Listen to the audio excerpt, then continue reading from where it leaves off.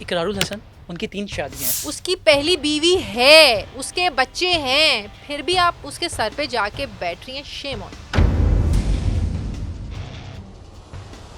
मुझे लगता है कि जो पहली बीवी होती है उसके ऊपर दूसरी लाके बिठाई जाए ना, दूसरी कभी खुश नहीं रहती है। एनी के लिए मुझे तो फील होता है।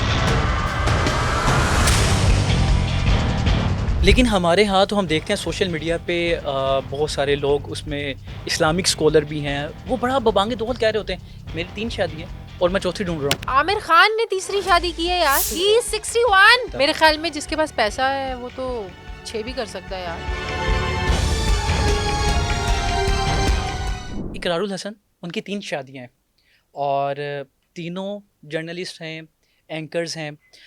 तो मुझे बताएं कि क्या मीडिया में होने की वजह से उन्होंने दूसरी तीसरी शादी की, बीवी ने इजाज़त दे दी?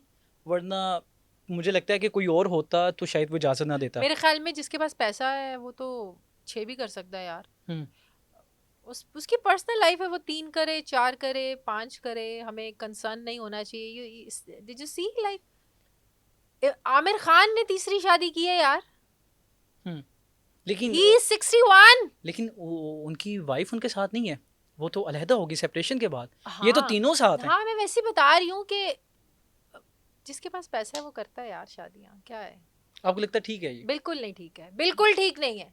3 ठीक है, शादियां? जायज़ हैं शादियाँ, हम्म। बिल्कुल हमारे इस्लाम में शादियाँ जायज़ हैं, लेकिन हम उसका एक वो तस्वीर का एक रुख देखते हैं ना। हम्म। जायज़ हैं तो भाई इसका ये ऐसा जायज़ थोड़ी है कि आपके पास पैसा है तो आप एक के ऊपर दूसरी ला के बिठा दें, दूसरी के ऊपर तीसरी ला के बिठा दें, तीसरी के ऊपर चौथी ला के बिठा दें। हम्म। और ऐसा नहीं है। आप क्यों, आप पहली बीवी हर्ट होती है यार।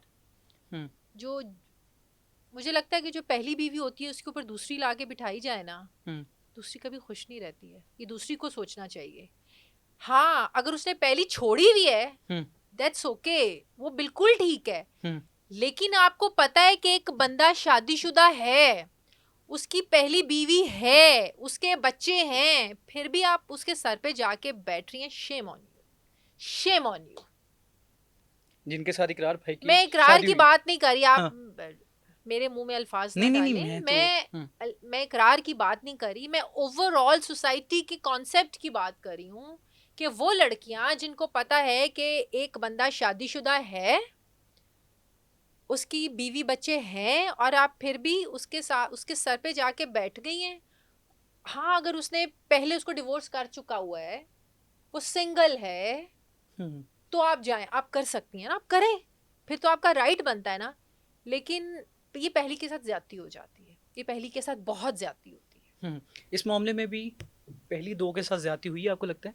उनके दिल में बुरा तो होगा। जाहिर एज है, अ वुमेन आपको क्या लगता है? जाहिर है होगा। मैं हम्म। तो पहली के लिए बड़ा, एनी के लिए मुझे तो फील होता है। आपका रिलेशन भी अच्छा एनी है। Was my कॉलिग, yes. Hmm. Yes. कभी उन्होंने जाहिर किया, कोई बात बताई? नहीं नहीं, जब पता चल जाता है। जब इकरार भाई ने दूसरी शादी की, हाँ, और उन दिनों में कभी आपकी एनी बाजी के बस पता साथ चलता मुलाकात रहता हुई? था कि एक डिप्रेस तो जाहिर है बंदा होता है। मैं खुद एक मैरिड लड़की हूँ, हम्म।